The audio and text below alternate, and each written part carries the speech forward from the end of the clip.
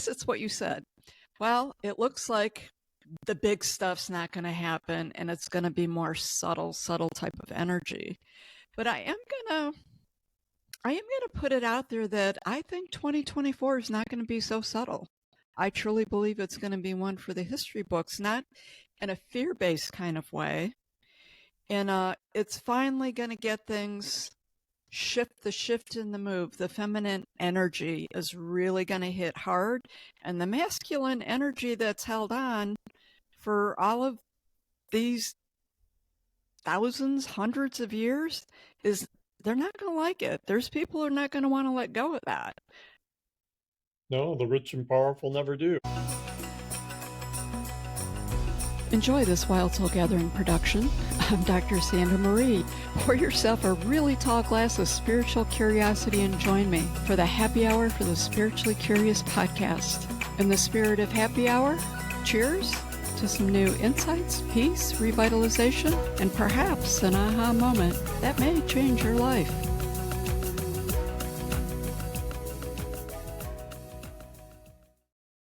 Hi, I want to welcome Mark Robinson back to the show. Mark, I feel like you are the original modern day spirit quester. You're a sage, you're an author, you're a medical intuitive. There's so many different things you do. We're going to have a great show today. We're going to be talking about 2024 and sort of what to expect this year. 2023 has been a big year, but 2024 is going to be one for the history books. And you and I think we'll have some insights on that. But before we get started into our 2024 insights and beyond, because it's not just 2024, I want to thank all the happy hour for the spiritually curious listeners out there, all of you folks from the 21 different countries. I just love that we have such a global community. It excites me, and it lets me know that we're all one, and that, you know, it's great. It feels really good. And also, before we get started, I would like to make a toast. And I did bring a beverage with me to make my toast for this. I would like to make a toast for our top 3 shows of 2023. So, Mark, I won't have you guess what they may have been. I'm going to just shout them out. Number 1 was Melissa Abel, my spiritual being, a spiritual being on a human experience, keeping in touch with the other side. I have to say, no surprise that was number 1. Melissa was so fun. She talked a lot about 2023. AI, a lot of different things, and it was just a fun show. Her energy and her humor definitely engaged a lot of people. Number 2 was Mary Armendariz, and her show was, Do You Feel Guilt, Shame, or Blame? Take Your Power Back. What a timely topic. Mary was such high energy. I won't say was, she is. She gave actually very actionable tools on the show for people to use. And she really had a powerful story to share. And number 3, I had a laugh, is Joe Jories. He is our, I don't even know how to describe Joe. He is our tarot expert, and he did a show with me on the tarot as a spiritual tool and how to use that. Honestly, I could just talk to Joe all day. He is just he has so much knowledge, and it's so interesting how he puts it all together. And also, I want to give a big shout out and a cheers to Brittany Urbanski. So Brittany did a show, one of our first shows, I think, probably one of our first 10 shows on yoga, and is helping someone a disservice to them. And Brittany's show still is off the charts, our number 1 show by a mile. So I did want to throw that out there because she is still leading the pack with that. And she does end the show with a very powerful message on helping people and answering that question, is it a disservice to them? So if anyone wants to listen to any of these shows, I'm sure you'll get a lot of insights to that. So Mark, I don't know if you brought a drink with you, but cheers. Favorite beverage. Cheers to you. Clink. Yeah. And here's to all our wonderful guests. And may they all come back in 2024. I think that once you make these types of connections, that they're just always there. So the reason that we're taping today's show, of course, there's many reasons we're taking it, but back in March, you and I recorded a show called The apocalypse has arrived. Welcome to the new earth.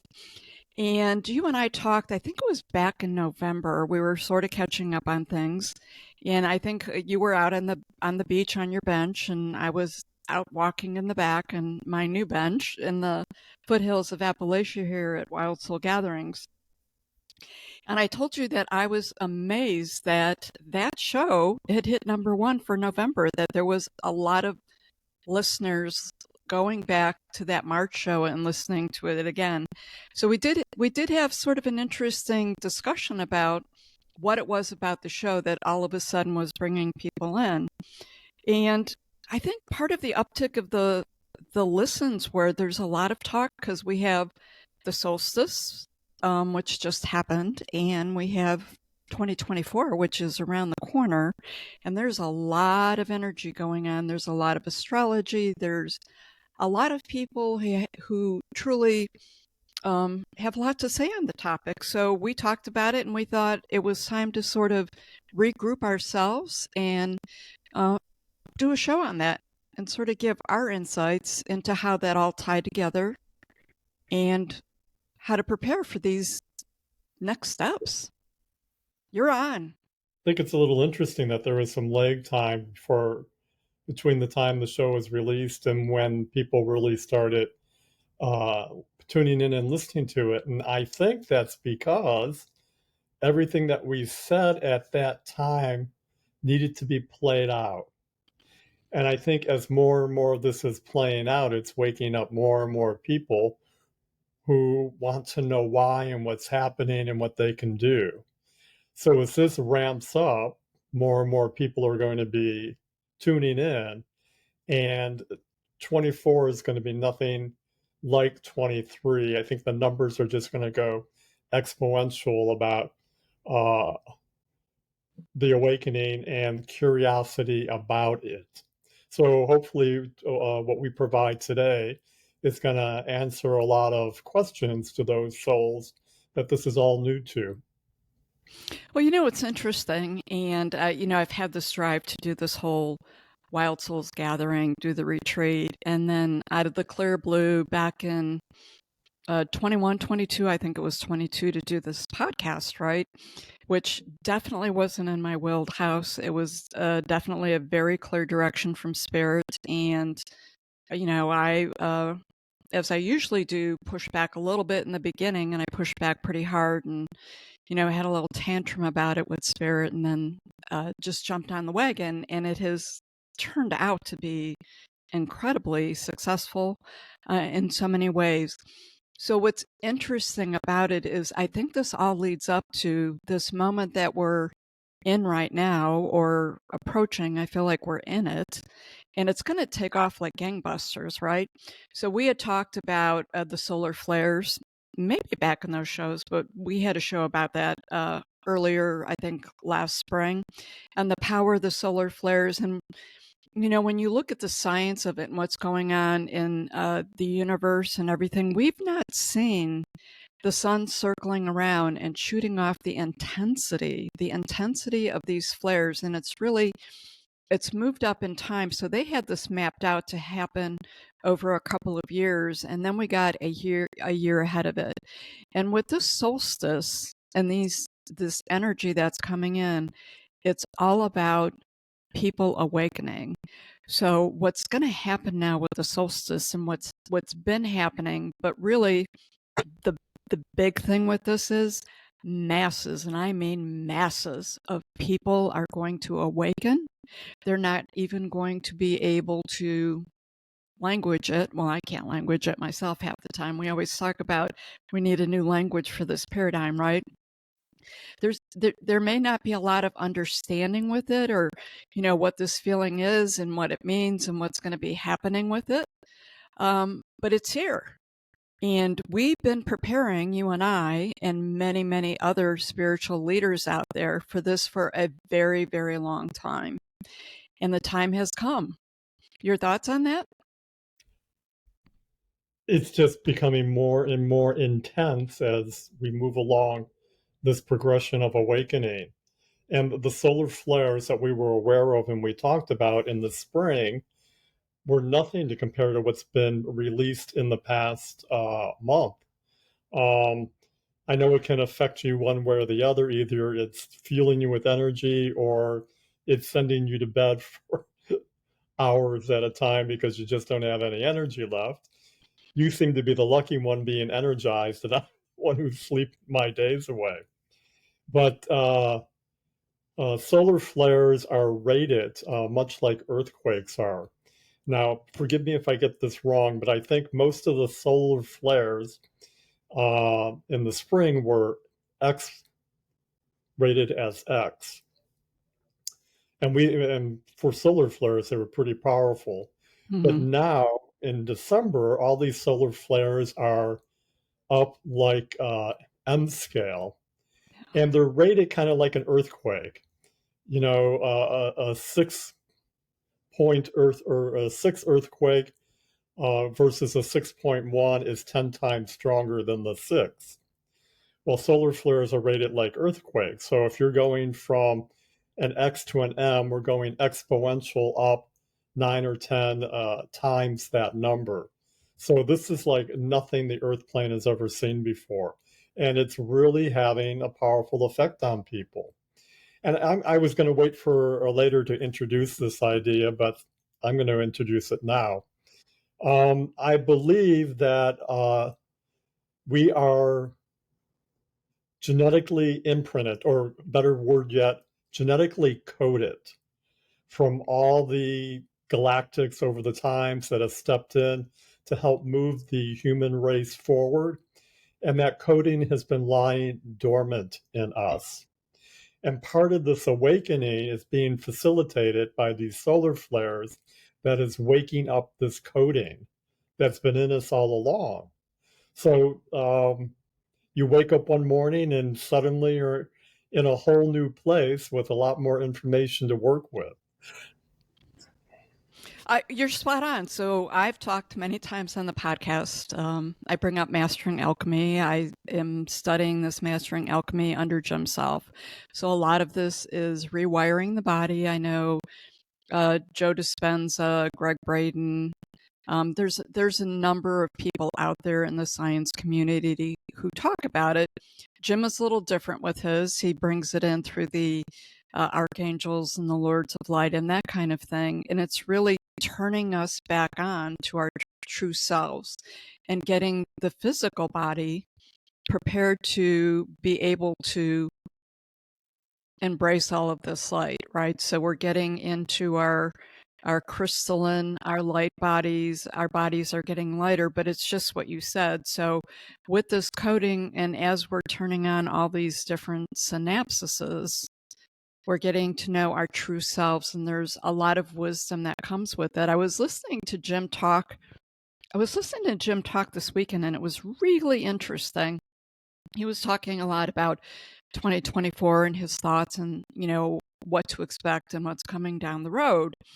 And he goes, "Well, I'm not into astrology, it's a science, it's not my thing." He goes, "But I know a lot of astrologers, and more recently, I've been very interested in listening to what they have to say. And what I find fascinating is what the astrologers are saying based on the way the planets and everything are aligning absolutely add up 100% with what he is saying. So he's coming from a whole different realm of wisdom and information. What's fascinating to me are all these different modalities are lining up, especially for 2024. A lot of talk about April, a lot of talk about April 8th, a lot of talk about November.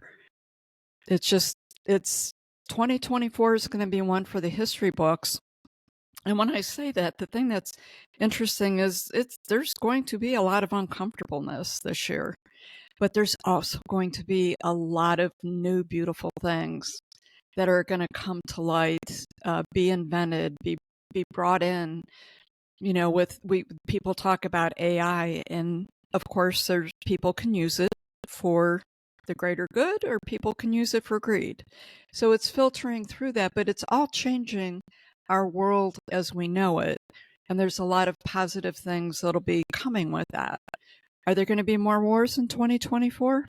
Absolutely, without a doubt. Um, I think with those wars, though, there's going to be some very unintended consequences. I've heard other people also talk about that, both in the astrology world and some of the other worlds, that are going to end up being unexpectedly positive in ways that we don't know. So it's all, we've talked about this repeatedly. You talk about it, and I'll let you jump in here. 2024 is it, man. The old is breaking down. And if you don't want to let go, if you don't want to let go of your third dimensional self, if you want to stay in this linear past, present, future, straight line kind of thing, it's not going to be so comfortable for you. If you can stay a spectator, and I'll say this for you, but for many of the listeners, turn the TV off. Life will be much easier. As I've done a lot of my, I'll say it's spiritual growth, one of the things that I've noticed with my change, like I'm the person who would jump in the car, blast the radio, like nothing was better than driving fast, perhaps with the radio blaring. Like I don't listen. I realize now that I don't even turn the radio on in the car. I don't have I don't have a TV because I choose not to have a TV. I don't have a lot of noise or radio. Like I decided, like it was like a very conscious effort to put on Christmas music, which I will have to say I enjoyed. But if people who know me, and I know that you can attest to this, like I was a rabid football fan. Like I lived for football. I lived for my Cleveland Browns. I haven't watched a football game in 2 years. And I can't explain that because I was so passionate about it. Like it was my life. I easily could wake up and start watching football on Sunday at 10:30 when I was on the reservations and watch it till midnight and think that was a good day. So it's interesting how things have shifted. Yeah, and you're going to be happy to hear that I am clicking off the news more and more, or actually not even turning it on, because surprisingly, in the past couple months, I just lost interest in it. It just doesn't seem important to me and where I'm at and where I'm going. And I find it ridiculous, number one, and trite. It all just seems so petty, and it's not where I'm at. And I'm before I thought it entertaining. Now it's just boring. So much better things to do than that. And even sitting at the beach, I notice for my sunsets, which I love, is I don't pick up the phone to distract me. The phone just sits next to me while I gaze into that beautiful sky turning brilliant colors. It's more, I find myself going in more than what I did before. You put out a lot of stuff right there, and let me see if I can comment to some of it. Um, you and I were so excited in the spring with all these new energies coming in on every level, and I know you and I are both eager to have this over and done with. It's like, why isn't this happening? The energy's there. Um, and months went by, and we realized that uh, there's a timing and a process to this. It's like slow cooking. It just can't happen overnight. It would be okay for people like you and I, but for most of the souls on the planet, they need to go from A, B, C, and D before they can get to Z. So it's that process of letting go and stepping back for me to let it all play out perfectly. And a lot of what we thought was going to happen happened, but not in the big way that we thought it would. It's happening a slow and on different and surprising directions. Um, but the energies are there and it is playing out. And there's no doubt in my mind that it's going to continue this way. Now, before this podcast is over, we're going to dive into 2024, and you and I are going to be just as excited about all the possibilities.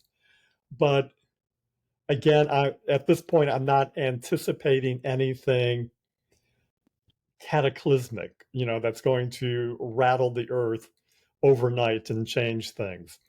Things are building up. The pressure is building up.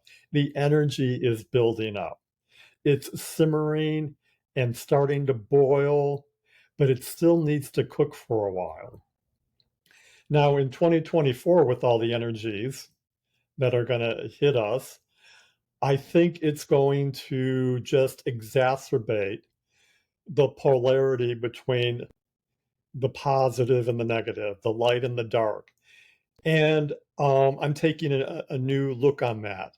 All this dark energy that the light has exposed is going to continue to be exposed, and it's going to look scarier and scarier to the untrained naked eye. I But it's agree. it's facilitating an opportunity for all of these souls to awaken and make a choice. How can they make a choice for the positive and evolution if they don't know what the possibility is if they don't?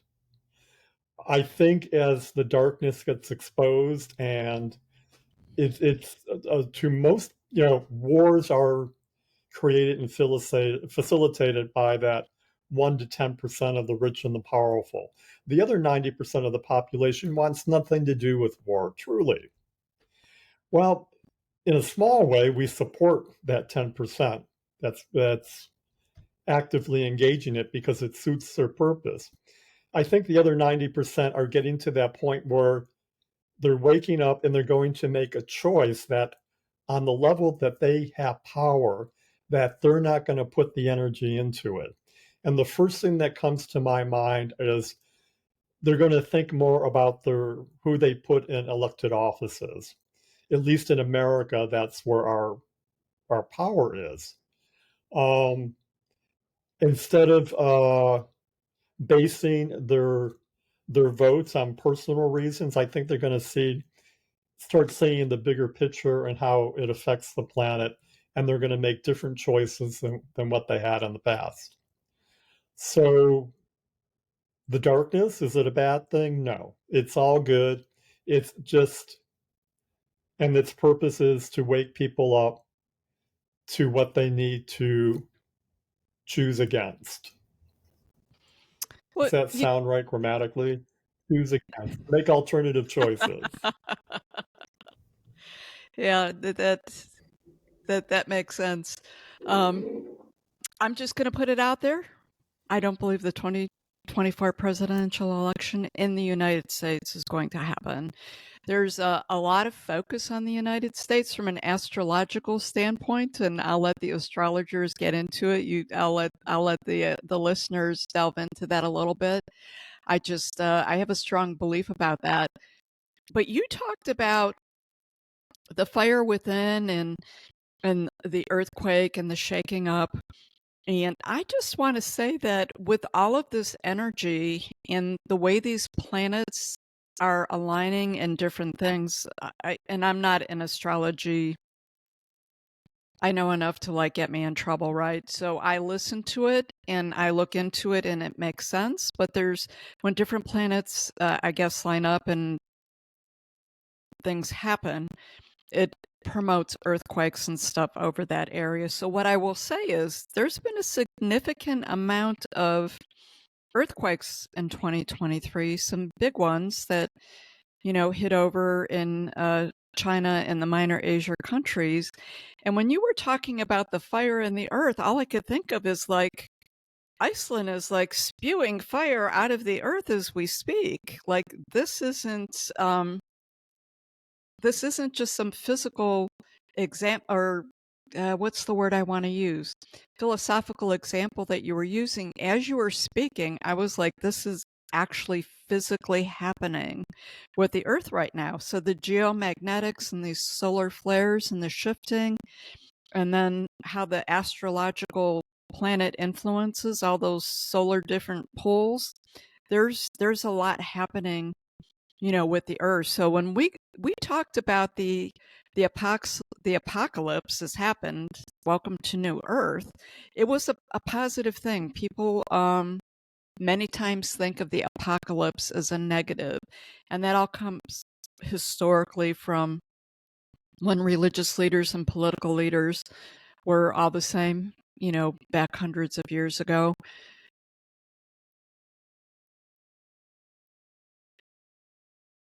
You I'm know, trying I was going to say I was going to say something and I thought just don't even go there. But the big event in March was that cracking of the veil. It was Heaven's Cross. So that was the first time that that's happened, where a lot of the things when we came down here to play this game on Earth that keeps us separated from the rest of the universe, our true selves, the energies with it, it's opening, it's softening, it's allowing us to see on the other side. And like you said, man, I was so pumped up. Like I was so pumped up. I I just knew that this was a big thing. But you're right, and I well, you know what? I was a little bit disappointed. I guess disappointed's not a good word. It sort of doesn't fit in my existence anymore. But I was like, I guess it's what you said. Well, it looks like the big stuff's not going to happen, and it's going to be more subtle type of energy. But I am gonna put it out there that I think 2024 is not going to be so subtle. I truly believe it's going to be one for the history books, not in a fear-based kind of way. And it's finally going to get things shift in the move. The feminine energy is really going to hit hard, and the masculine energy that's held on for all of these thousands, hundreds of years is they're not going to like it. There's people who are not going to want to let go of that. no, the rich and powerful never do.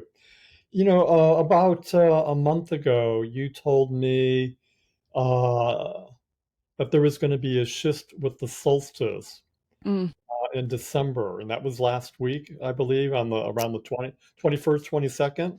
20, 21st. It was the 21st, yeah. It was, It depends on honestly, to me, it was like the beginning of the new earth happening. So it is a big shift into the well, feminine. refresh my memory how that is going to play into awakening the feminine energy on the planet. So this is a big solstice. There's always a lot of big energy with either of the solstices. And the way this is lining up is we're going to get a big shot of feminine energy, and the feminine energy is going to come in and start to take hold. We're going to feel it in ourselves as individuals because we're all feminine and masculine. The goal is really to be balanced, not Yeah. to be all feminine and not to be all masculine. Things are so dominated so far on the other end with the masculine energy that we're going to see some heavy injections of this feminine energy, and we're going to see it in our politics, we're going to see it in our finances, we're going to see it in every area of life because that's part of the shift into this new world. And the solstice was a big opening of that injecting in. Okay. Well, yes, over the eons, power has shifted, or female first, I believe, male, and Mm-hmm. I think the pendulum isn't going to swing all the way back this time. I think with the new energies and the new Earth, there's finally going to be a balance point established between the two energies. I think that's part of what the new Earth is about. Yeah, definitely it's balance and harmony. But just injecting it in, there's going to be that push that we don't like it. We're going to probably see a lot in January, that first 6 months of the year, with Yeah. a big noticeable injection of the feminine energy Yeah. and globally. Well, it's interesting. A lot of female women issues have come up in 2023. And what I've witnessed is women coming together to reclaim their power and not let themselves be victimized by the male power struggle anymore. And that is happening in many countries across the world. So if that's the future and it's going to exacerbate's not a good word. If it's going to continue to increase, I'm all for it. I'm eager to see it happen. I think it needs to happen. Yeah, I know we did, I think, talk on a show, and when we were there at that time, there were literally protests all over the world in different areas at that time, in Europe and France and Israel and the United States and the UK. It seems like the I'll be honest with you, I don't even remember what the issue was because the issue seemed to be coming and going so quickly right now. women have been victimized in so many ways over the centuries. It's yeah, it's beautiful to see. With let's jump into the in 2024 real Okay. fast. Yeah, no. First thing that's going to happen, that's going to have a major influence, is the continuation of Pluto moving back into the sign of Aquarius. And that's going to happen on January 20th. And that Aquarian energy that planet Pluto is going to bring to the surface is all about freedom, technology, revolution, and social activism. So the women's movement, no matter where it is really going to be supported by these energies coming up in January. And that energy is going to be in place all the way until September 1st, where it's going to disappear for a couple of months. But then come the end of November, it's going to be a major player again until 2044. So Oh. if the women are going to be at the forefront of the transformation on the planet, I think that's a good thing. So you said 2044, and if you can remind the listeners and myself, from the harmonic convergence in the 21 years, 21 years, 21 years, isn't 2044 when everything is tied up and we're sailing along in the new world? Or am I making that up? Because, I want this to happen in 2025. Oh my gosh, I'd have to look back on my notes. That seemed like that was so far away. We did, you and I, we did figure out the chronology of that and got some specific years for it. I think if you reference it to the harmonic convergence, we're at the end of it now in 24, 25, 26. But that harmonic of convergence was all about establishing the transition between the old energy, the Piscean age, and the new energy, the Aquarian age. And as we witnessed this year, it's a slow process. It's not going to happen overnight. So that energy is getting us into the Aquarian age. And once we're in there in 25, 26, then we have another decade or so to really watch it manifest. And we need that energy, that transformation energy of that Pluto in Aquarius. It's all about transition, social activism, uh, and revolution. So it's going to play out in a really big way. It's once that dark energy is can't think of any other word but beaten back. Um, it's going to take a while to reinvent the world in a much more balanced way between the male and the female. So that being said, as you were talking, and that was a perfect segue into what I was thinking is we talk a lot about transformation and our transformation and growing in different things. I have I have come I have come to the aha currently that we're not transforming, but we're transmutating. Oh What do my, you what do you yes. think about that? Well, you can see I I got mean, very I'm like yeah. I really think we're going through a transmutation, not a transformation. We're I would, transmuting the planet, we're transmuting the human species yes. for the future. Like we are part of doing this. Go ahead, I'll let you talk. I Sorry. was listening to somebody and they were talking about the caterpillar into the butterfly thing, which is the ultimate metaphor but for transformation. And being a person with a healthy science background, I was embarrassed to realize I didn't quite understand exactly how that happened.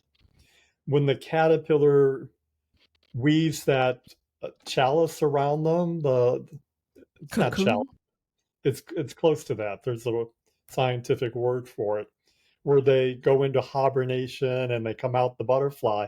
What actually happens inside that is that caterpillar actually liquefies Really?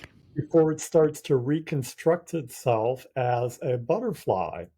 So that truly is a transmutation.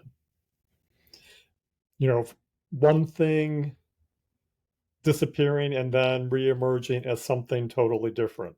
A worm to something who can fly. I mean, how different is that? And I started to look at this transition and the human race, and I thought, oh my gosh, yes, we're in this new age, and this is a huge evolutionary leap for mankind. Of course, we are going to be something other than what we were. You know, it may still look like a human with head, torso, arms, and legs, but I think what they encapsulate is going to be something totally different. Well, it could be, and I mean, I don't know. It's interesting doing a show with a beer versus a cup of tea. I'm used to a warm cup of tea for my throat, but maybe I'll have to try the beer more often. Um, Now I'm going to go back to what was it you just said? Transmutation, Yeah. a caterpillar into a butterfly, Oh, so and this is so you said you don't know. So it'll be interesting to see where we end up. And when you said a worm that could fly, I guess I really never thought about it in that detail before. But how about if the transmutation takes us back to our original being? You know, before we became so dense. wow, that's really profound. Um, Because we were very evolved at one time. We just became very unevolved. my knee-jerk reaction was to say no, we never move backwards, we're always moving forward. Um, but if you want to get truly spiritual about it, we're here to remember, and remembering implies that we once were. Mhm. So yeah, Know yourself. That message has been like coming through to me so many times and so clear of the recent times. It's time to know yourself. yeah, and I'm liking it more and more. This, you know, you and I kept expecting big things to happen on the global plane that was going to transform the world, but I have to say, or admit, share, 2023 was a really difficult year for me, and it brought up a lot of stuff that I needed to deal with that I didn't even know was still there. And it was a tremendous opportunity to let go and put into my consciousness what I wanted to create in me, in my future. Wow, that's And really interesting. I lost your video for a second. Did you hit a well, button? yeah, that's been happening with you. I think I keep getting the messages when your internet improves. Oh, Um, okay. So we're there. We're just not seeing each other. yeah, Good to so know. I'm it's sorry. I didn't with mean your to internet. interrupt. Yeah, so even when your image disappears, I keep talking because I know you're there. Oh, how Okay. nice. Well, I'm going to agree with you, Mark, but in a different kind of way. So, as you know, this year has turned out to be one for the books for me in ways that I didn't expect, but I guess maybe I should have expected things that needed to happen. Thus, the little pause in the podcasts and stuff getting back on track. But what I realized as I've evolved, transformed, transmutated, whatever it is I'm doing, I do think that honestly we're transmutating. I feel pretty strong about that at this time. When I look back at how, I ponder a lot and I think how I would have managed this or handled this years ago, even a year ago, 2 years ago, 3 years ago, would have been so different. So, despite the intensity of the situation, I had peace throughout most of it and was able to maintain on a positive note, if that makes sense. Where, me decades ago would have been in some kind of like really bad Um, death spot. Yeah, it would have not been a good situation. And so when I thought about it, and I thought, well, this was really a good example of how I have grown and evolved and, you know, able to get myself back on track with things. So it's a beautiful thing. And I never let go of my personal work or my spiritual work. And in fact, I moved more into it. yeah. So there was a reason for all of it, right? Well, I'm going to reframe that a little bit and then share something with you. Okay. Um, as we evolve into our higher consciousness, oh, I use the word consciousness. I don't know if that even applies anymore. It's more getting out of our head and into our heart space. The new earth is all about living through your heart, not your head. Getting out of your consciousness and getting into your emotions. As I worked through my stuff and transmute it this year, I found myself in a much more peaceful place, like you just described. And that's because I'm not that much in my head anymore. And this is probably why I pulled away from watching the news, because it's just not this intellectual volleyball game going back and forth anymore. I seem to be more in a heart place. I'm more peaceful, I'm more accepting, I'm less judgmental, and I'm feeling it. It's all right here. I'm feeling that love for myself and for the world around me and the people that could piss me off. Well, that's an honest statement. I love it. you know, we're out this plane. We have egos and it's there. But when it happens, I'm very quickly in a much different place than what I would have been 5, 10 years ago.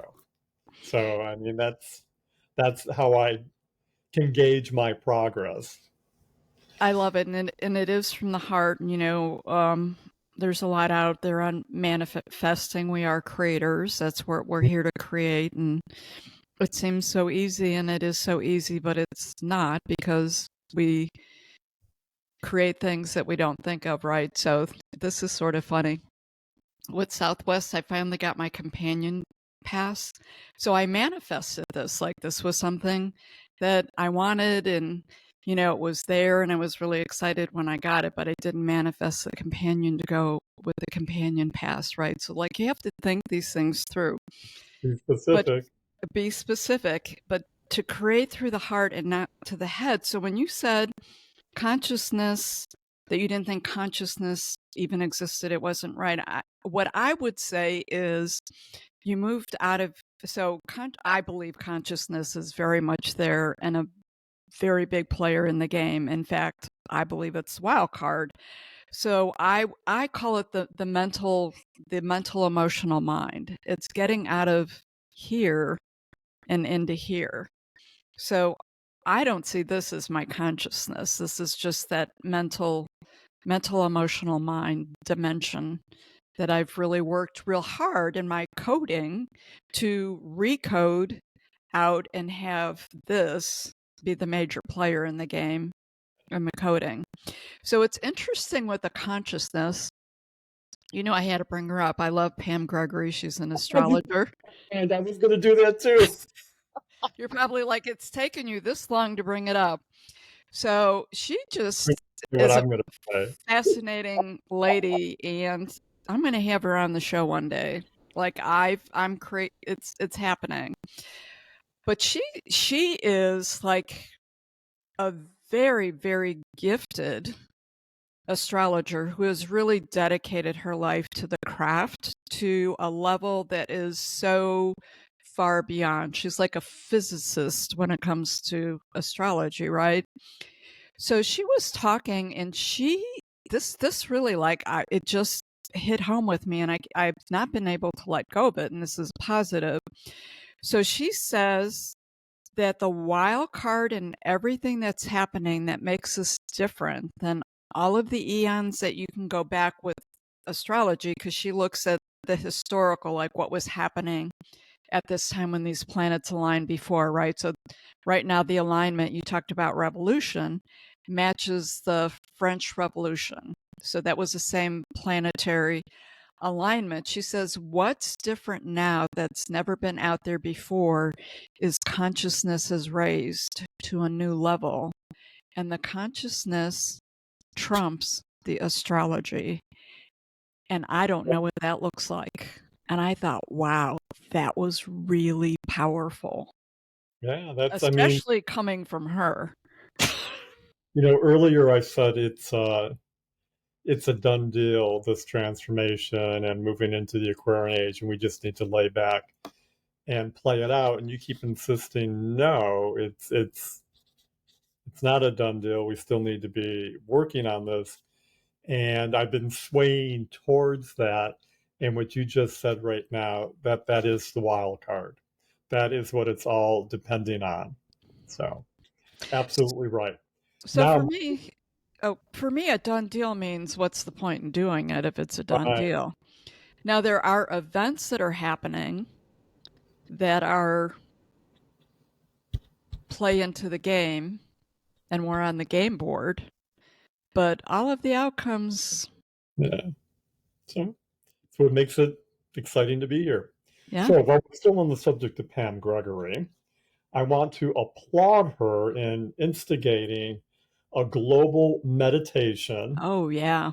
on Sundays uh, at a certain time. And I Two know o'clock. there's Well, it depends where yeah, you live. We all have over the 21 countries listening. so you need to figure out, whoever's listening, you need to figure out the time yourself, because this is a global meditation. So Pam Gregory's in England, and she tried to uh, um, accommodate all of her listeners, or as many as she could. So she chose 7 o'clock p.m. Um, England time, whatever that's called. So you and I live in Eastern Standard Time, so for us it's 2 o'clock in the afternoon, which is very convenient for me. Thank you, Pam. But the reason why I bring it up, it applies to that head versus heart, conscious versus emotion. So and then the meditation is all about bringing in the new earth. And that's all about love, compassion, etc.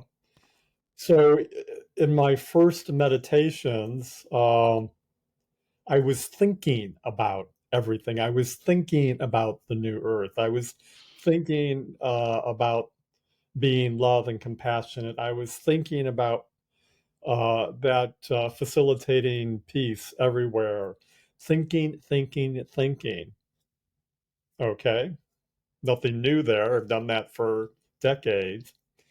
The third meditation, and I have to say, there are so many people meditating that you can feel the energy. It's like diving into a river with a strong current. Once you get into your meditative place, you are just taken away with it. I love it.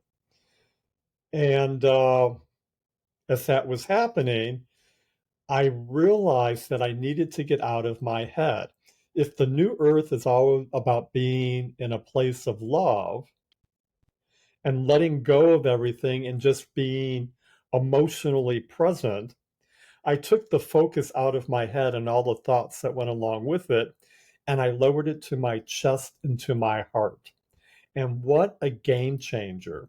And for everybody out there who meditates and they struggle with their wild mind, my old yoga teachers used to say, your mind was like a team of wild horses out of control, running in every different direction.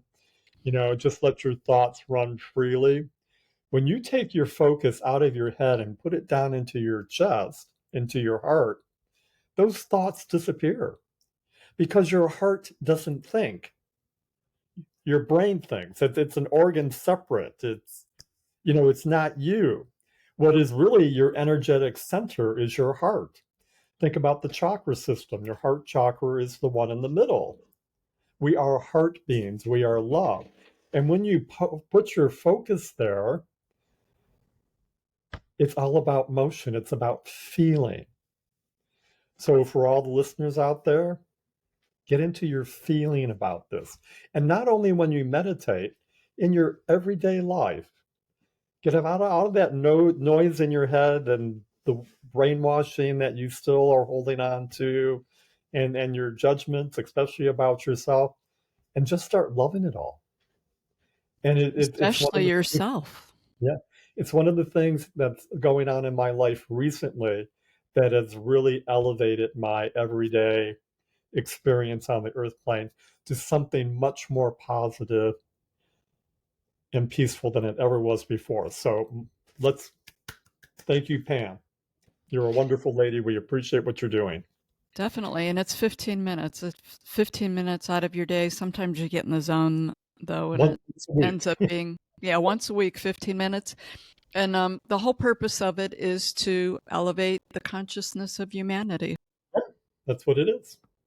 Because it has that snowball effect. The more souls that are awakening and putting out this energy of love and light, it's just getting stronger and stronger and stronger. And you can witness that because that light and love is illuminating all this darkness. So, it's a good thing. Everything that you see in the news if you watch. um, Oh, it's Mark. always been there. It's nothing new. We've just lit it up and exposed it. And now that we've exposed it, again, going back, we can choose to make a different decision with our power. So it's truly all good. Yeah, we have more power and control than we allow ourselves to believe, Okay. Well, especially Sandra, with that. I'm watching the clock, and this podcast is all about what's going to happen in 2024. I want to hit some benchmark points that we can talk about Go uh, for it. before we conclude. So, the first couple of weeks in January is going to be slow, same old, same old. But watch after January 20th uh, that things are going to start speeding up pretty fast. And that's one of the hallmarks of 2024 is that time is accelerating and this is going to start playing out much faster. But the big month in 2024 is April. There is going to be, and there's lots of things going on in April on all levels. But the one I'm going to talk about right now for the United States is there's a solar eclipse on the 8th. I wrote it down somewhere. April 8th. Yeah, April 8th. Okay. Oh, yeah, there it is. And it's going to complement the solar eclipse that we just had in October. So the solar eclipse we had in October was visible in the United States. And wherever it's visible, it's more powerful. And that solar eclipse was visible from the northwest, from like Seattle down to the Florida Panhandle. So it went diagonally from west to east, north and south. I'm sorry, folks, I'm dyslexic. I have to think that out. Well, this one is going to be just the opposite in April. It's going to be visible from New England and cross the United States towards Arizona, Mexico. So, why that is significant is that at some point, the paths of those two solar eclipses are going to have an intersection point. And that Ooh. intersection point is over the state of Texas. So, come April or soon after, expect something extraordinary in one way or the other to happen in Texas that is going to have an effect in the whole country. And of course, whatever happens in the United States has a ripple effect around the globe. So that's going to be really interesting to see what happens. Now, this Pluto moving into Aquarius that we talked about of on January 20th, it's going to retrograde back into Capricorn for almost 2 months, not quite, starting September 1st until the end of October. So we're going to be moving backwards again. And I see that as those dark energies are going to give one last huge attempt of maintaining their power and control. But then Pluto goes back into Aquarius by November, and it's there until 2024. And I think in that 15, well, how many years would that be?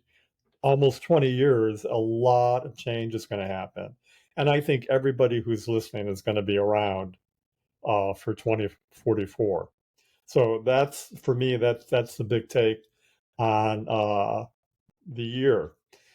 Now, again, things are going to speed up, but things are going to continue to play out. There's going to be great more polarization between the light and the dark. You know, like you said, this is going to be a year for the history books that people are going to remember because it's going to be much like 1968 in the 60s. I mean, that was a year everybody remembers. Even if you weren't alive, you know what happens that year. But this is the interesting twist I'm going to throw out for 2024. If you look at it through Chinese astrology, 24 is the year of the dragon. And the dragon is the only mystical animal in the Chinese zodiac. And it has mystical powers. It can fly and breathe fire. And in those communities that follow that astrology, it's the luckiest year. And they intentionally have a lot more children to be born under that side because those children live a life of luck. So I think it's interesting that we have these astrological energies that are going to exacerbate all this polarization between light and dark. But for that same year, if you look at it from a different perspective, it's a really lucky year. And that luck brings power and strength. So who's going to be lucky? The dark side or the love and light side? Love and light, love and light, love and light. Yes. I agree. It's going to be a fast year, but there's going to be a lot of good. It's just where you sit with it, right? So that's my take on 2024, except for Okay, one more thing. go ahead. Everybody across the board keeps bringing up water. Oh, yes. And Well, I and will you have to tell you, you brought up the dragons. I've had a lot of other people bring up dragons, but go with the water. that there's going to be huge events with water. Um, what can I say? There's been a lot of flooding this year, and not just Yeah. in the United States, across the globe. I live in Florida. I've lived here for over 11 years now. For the first 8 years, there was never any unusual water. 2 years ago, we flooded pretty bad, coastal flooding, because a hurricane was off the coast and we got the backside of it pushing the water inland. That had an explanation for it. Well, last week we had coastal flooding again with no warning, just out of the blue. And I think we're going to see a lot more coastal areas being inundated. With climate change and the glaciers melting, it's just inevitable. So instead of visiting wildfold farms, I may be moving there because I live on the beach. I And I, will say you're lucky that you have the highest parking spot in that parking lot where you live. Otherwise, it would have not been a good situation for you. But I'm up in the elevation in the foothills, so you are welcome to come here. so let's stay on water for a little bit because you said something so profound to me, and I want hopefully you'll remember it and repeat it. It's been proven that water can be imprinted, encoded with ideas and emotions. I've been utilizing that in some of my rituals to let go and empower. And I heard somebody say that the center of the earth is water, and that there's more water in the center of the earth than there is on the surface of the earth. I don't know. I'm not a scientist. I'm not a geologist. I was brought up thinking that the center of the earth was molten lava. I don't know. It'll be interesting to see. But the reason why this person was talking about it, it said that water is imprinted with all the wisdom of the universe. And interesting, water isn't native to this planet. Everything on this planet is carbon, held together by carbon bonds. Water is held together by hydrogen bonds. So it had to come from somewhere else. Hmm, makes you think. Where did it come from? What was it imprinted with before it comes to Earth? So I told you that I am being much more thoughtful when I'm drinking water and what it is, because I want that I was imprinting it with my thoughts, bring me prosperity, bring me love, bring me peace. And you said, do you remember? I do remember what I said. Like, why are you giving directions to water, which has got so much more wisdom and knowledge than you? Just drink the water and say, I accept all that you have to offer me. Like, it was sort of funny to me that you thought you knew more than the water. So yeah, now when I'm drinking my water, it's like, hey, bless me with your wisdom. And what are we? We are over 90% water. We Yes, we can't are. live without water, so there Gosh, may be there's a couple of people out there that are really doing some interesting research, and I can't think of their names to throw them out there. I know that I know Pam Gregory is very obsessed with the water and the love and the power of it. Water is very, very powerful and is going to play a significant role in all of this change and transmutation and escalation, not only from the flooding and the geological parts, but from the power and nourishment. It's just way more powerful than we think. really got me thinking. And things, Yes. my thoughts have gone to a whole new level about that. I do remember that conversation when I said that to you. It was like your jaw was on the ground and you were I like, know there's not many times I'm speechless, but when she said that, it was just so thunderstruck with an aha. yeah. Uh, I I, was much more profound in however I said it. I do recall that. And it was almost like a channeled message to you. So, hmm. knowing that a lot of folks are awakening. And a lot of them aren't even going to understand what that means or that's what's happening to them. Your thoughts on how we can best support people at this time? Oh, bottom line, love and compassion with everybody. Let go of your judgments of them. Everybody is on their own unique path, getting them to where they need to go. Do they have to do it our way? No. Let them figure it out their own way, and let's scaffold a support system that they can be successful at doing that. I have spent a good part of 2023 writing a book, which I'm like pretty impressed that I did. Writing the book was the easy part, though. Trying to get it published is another thing. But the purpose of my book is to help all these newly awakening souls to process what their experiences are. I want to, it's so different than how we lived most of our lives. And I want them to know that they're not crazy with what's going on in their lives and in their head and in their hearts, and that they're not alone. They're not singular in this, that it's happening to a lot of people. So I have put out in about 300 pages a lifetime of my evolutionary experiences that was unique to me. But I was pretty blessed. It's really covered the spectrum of what's out there. So hopefully they'll be led to my book for an explanation as to what's going on.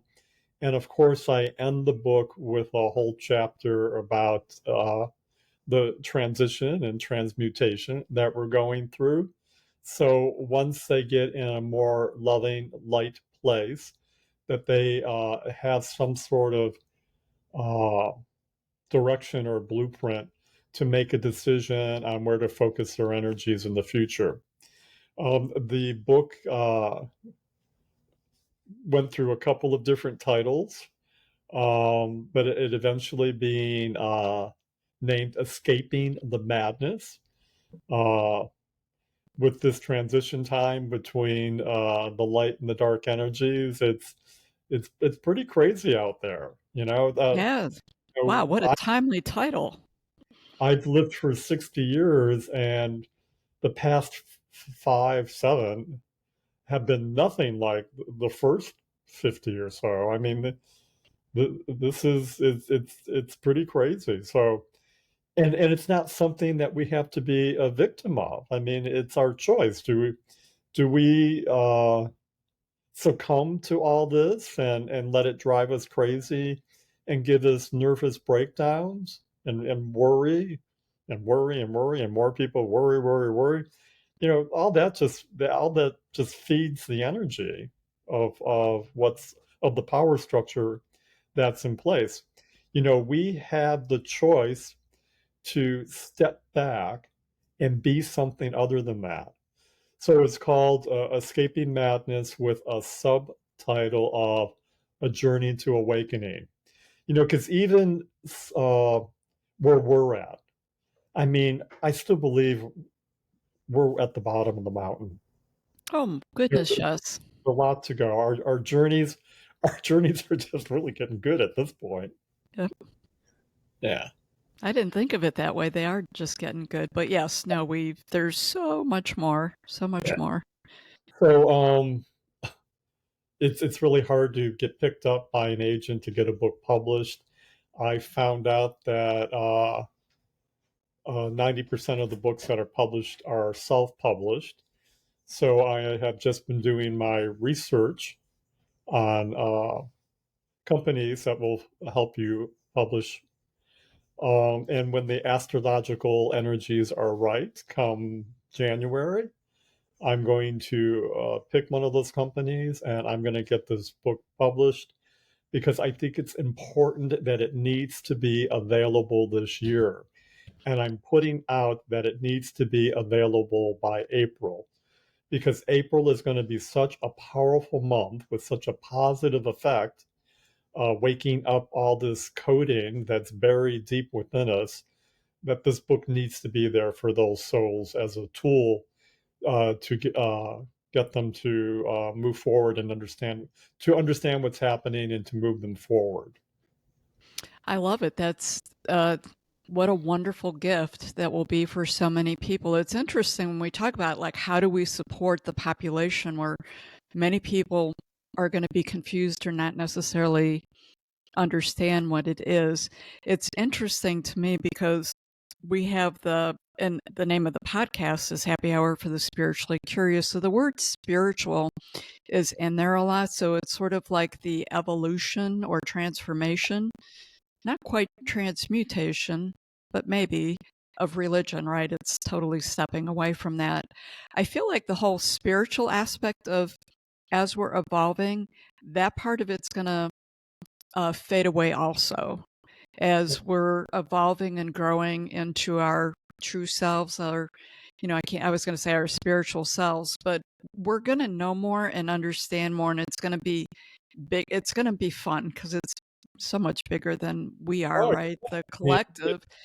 But that's what, the podcast is here. A lot of people are establishing different venues and different offerings to support the population, and I agree, and it's interesting the timing of your writing it and getting it out and everything that's happening, right? Coincidence? Not. It's a beautiful thing. It's out there to support. Any last words of wisdom for those listening to this podcast? Well, not wisdom at the moment, and you can edit this out if you wish. You brought up religion, and I heard something recently that intuitively felt just about right for me. If I were to make a prediction for 2024, I'm going to say that we're going to see a new pope. Mm. Um, I found out that the Catholic Church, is hemorrhaging money and they're broke. And it's hard to believe, but it was pointed out that most churches in Europe are now museums. They're not tithing money to Rome anymore. And if the Catholic Church is to survive, which I'm sure that it will, we need a new pope in there that can make decisions to take the church in a different direction. And if I could make another prediction, I'm going to say that that pope is going to embrace women because we're going through all this empowerment for women. That's the future. The church is going to embrace women to be uh, deacons, or what's the word for the person that can serve communion? They're not a priest, but they're Oh, they can already do that, I think, deacons. oh, okay. I I mean, stand. I don't, I mean, Sure.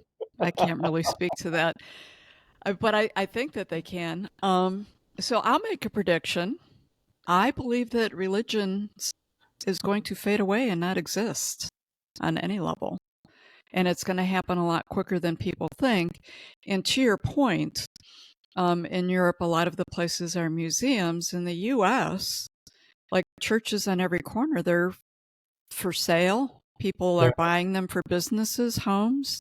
yeah, Religion has really, I know it doesn't sound like it if you listen to TV, which you shouldn't. But religion has really lost its stronghold for a long time and has been fading away. And as people come into their own spirituality and knowing themselves, this is part of the big shift is I don't need someone to be an intercedery for me with all that is or whatever it is that you choose to call it. But it's even bigger than that. We don't need people to develop rules and a direction for us. Like we can do that for ourselves. We are our own government and we're evolving into being able to do that. And it applies to religion too. It runs parallel with that. I think that that's part of all of these big, massive, um, uh, male-dominated systems and organizations that have been around controlling for a long time dissolving and going away. That's my personal thought on that. And no, I'm not going to edit it out. Why would I? It's all part of this, right? The spirituality and religion, I would say, historically go hand in hand, but they have gone down, like there's a fork in the road and the masses are going down a different fork in the road. I mean, that's been very obvious. And if there's this, not if, with this big shift, it's going to be interesting to see what this all looks like. But I think Yeah. religion goes away and it fades and it'll be a thing of the past. Well, if you look at it astrologically, the Piscean age, what they're coming out of, was all about institutionalized religion, power over the people. Well, the Aquarian age is totally different. It's not empowerment for top-down control. It's empowerment for down to up. The people are the ones that are going to hold the power and to uh, create something much different than what religion ever was. So when you look at astrology is energy that is going to support something. And if this energy that has supported the church for 2,500 years is going away, for me, it seems logical that the churches would lose their power and disappear because the astrological energies just aren't there to support them anymore. And when you talk about truth coming out and things being uncovered, there's been a lot of truth that's come out and uncovered that's not been very positive on that venue, and more of it comes out. Not that, with everything else, there is good work that is done, but there's a lot of things, and it's all part of the deconstruction of it. From my perspective with all of it, it just fits into everything else that's happening with that. And it's going to be replaced with us helping to support people as being their own spiritual self and self-governing. We are more than capable to self-govern ourselves, especially when we come from the heart. The heart. It's all about coming from the heart and compassion. Anything else you'd like to add? Love and light. Live it. Oh, Be it. beautiful. Be it. Once more, say it again. Love and light. Be it. That's right. And to all you wild souls out there, I want to thank you so much for joining us and being part of Wild Souls Gathering and Happy Hour for the Spiritually Curious. We love you. And thank you for joining us. Mark, until next time. I'll be there for you. Thank you, Sandra. Thank you for joining us for this episode of Wild Soul Gatherings Happy Hour for the Spiritually Curious. To learn more about our guests, please go to our website, wildsoulsgathering.com. We're very eager to hear from our listeners what you thought of the episode, topics you might like us to cover in the future, your thoughts on spirituality, questions you may have. Please feel free to send us an email at wildsoulsgathering@gmail.com. This is your host, Dr. Sandra Marie, sending each of you peace and love. Until we meet again, embrace your wild soul.